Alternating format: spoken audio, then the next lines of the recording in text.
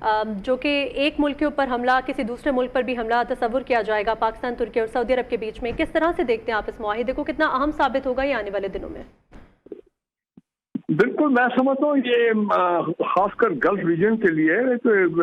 Security اور امن کی پوائنٹ آف ویو سے گیم چینجر ہوگا، اور یہ پہلے ہو جانا چاہیے تھا جب خاص کر اسرائیل غزہ پہ حملے کر رہا تھا، 2 سال وہاں پہ نسل کش ہوتی رہی ہے مسلمانوں کی امریکہ کی سپورٹ کے ساتھ، لیکن چلے بہرحال بیٹر لیٹ دین نیور۔ اب مسلمان ممالک نے ریئلائز کیا ہے کہ ان کی جو کمبائنڈ ملٹری پاور ہے، ملٹری اسٹرینتھ ہے، اور ڈیفینس کوآپریشن کے جو مختلف ایونیوز ہیں، اس میں سب کو ایک پلیٹ فارم پہ آ کے ایک بڑی پوٹنٹ اسلامک فورس جو ہے وہ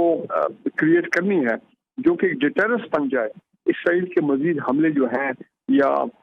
گلف ممالک پہ، چھوٹے مسلمان ممالک پہ۔ اس کے ایکسپینشنسٹ ڈیزائنز ہیں، گریٹر اسرائیلی ڈیزائن جو ہیں ان دی گلف، اس پہ لیبنان ہو گیا،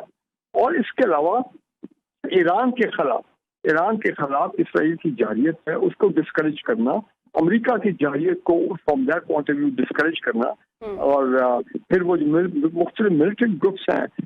گلف میں جو ریسنٹلی سعودی عربیہ سے حملے کر رہے ہیں، جس طرح عراق میں پرو ایرانین گروپس کچھ ہیں، یمن میں ہوتیز ہیں، انہوں نے حملے کیے ہیں اور کر رہے ہیں سعودی عربیہ کے اوپر، تو یہ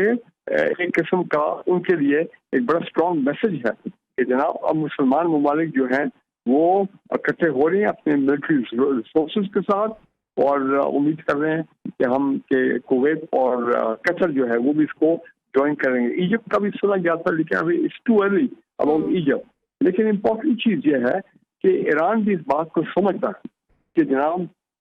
اب امریکن بیسز کو بڑے شدید ہے مڈل ایسٹ میں، گلف کنٹریز میں جو ان کی بیسز ہیں، اور امریکہ بھی سمجھتا ہے کہ ان کا جو سیکیورٹی امبریلا تھا وہ کلیپس کر گیا گلف میں،